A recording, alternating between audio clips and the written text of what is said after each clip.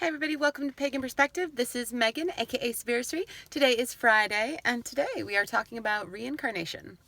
So this week is all about reincarnation, the afterlife, and oh yeah, I changed my hair.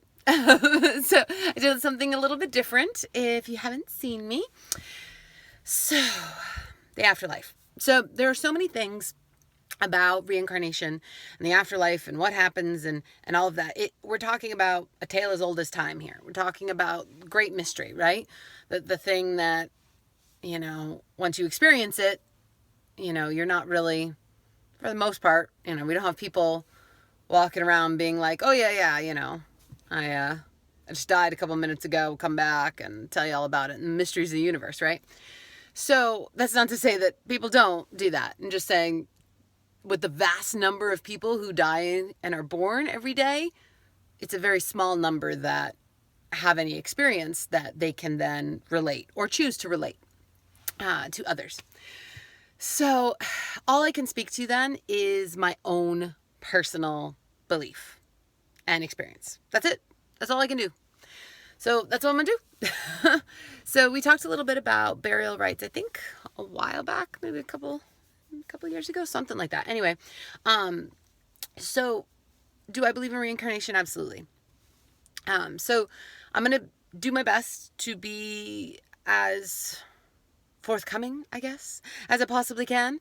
But some of it is private to my faith. So my practice, my tradition. All right. So that being said, reincarnation. We are a soul that is learning, that our soul needs to go through multiple lives, many sometimes, in order to reach the next level. And so each life that we have, there's things that we need to learn. And once we've learned those things, then it's our time. And so there is free will in that. It depends on how fast you learn stuff. And it also, you don't know what path might take you down that learning opportunity.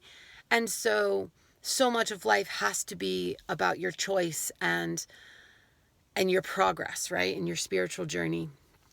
And the things that you learn in it. And it's not linear in the way that you have to learn certain things one life and other things another life, where there are certain things you need to learn, and who knows what life you're in, you might learn them in, right? And so there is, though, kind of a cosmic balance when you've learned what you can from one life and it's time to move on. And I know that sounds a little bit vague and there's specifics to it, and I can't really get too much more into it, but that's sort of the gist. And I also, my faith, you are not always born into a human form. You are born into the form that you need to be born into in order to learn what you need to learn. So, there is different ages of souls, because there are souls that are closer to finishing their lessons and graduating. And then there are souls that are still very young in their journey. And so that's part of my belief as well. My belief is once you die, there is a break. Some people call it the Summerlands. Some people call it the shadow plane. There's some people call it just the after. So there's many different ways to refer to what it is. That's, again, a little bit too much that I can reveal what we call it, but the idea is the same. Is there's a place that you go where you can watch over those that you are soul bonded to. So, for example, if you have a hand fasting, you are soul bonded to the person you're hand fasted to, and that means that your souls move through each of your progressions, each of your spiritual journeys together.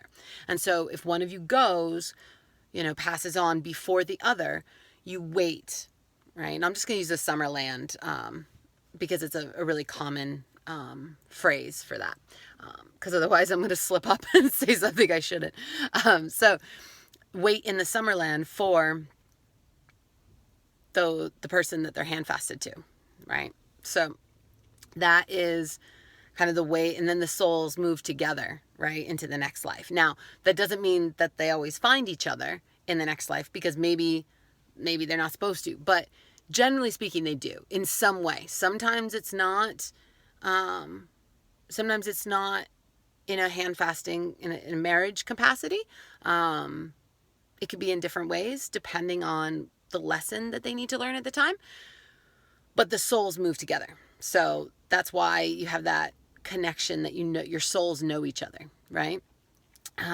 So, and the same thing with family members. So bloodlines especially, and then, so not just the blood, but then if you've created a soul bond with somebody because they are chosen family, they then are connected to you. We have all these ties that our soul puts out toward other souls. And when we soul bond in that way, not a full hand fasting like bond, but when we make those little tendrils and those connections, those souls, we travel in packs. There's like groups that travel, right? And so, you wait around for members of your group, to cross over, and then everybody kind of moves on together. So in a way, there's a community in that sense of belonging. And you feel it when you're in with a group of people, whether they're blood family because you're super close, or chosen family because you're so close, just tight. You can feel it. You can feel the energy. There's a bonding there that is unlike, anything that you could have with anyone else, a stranger or an acquaintance or something like that. So there's that energy there. So basically that's my belief. I don't want to make this video like crazy long. Yeah, so I think that's it for today. It's a beautiful day. It's an absolutely gorgeous day. The sun is shining. Woohoo! Look at this day. Of course, you're seeing my car because I need to go into work. It is early. It's like 7:30 in the morning or something like that. I'm hoping to be able to get this up.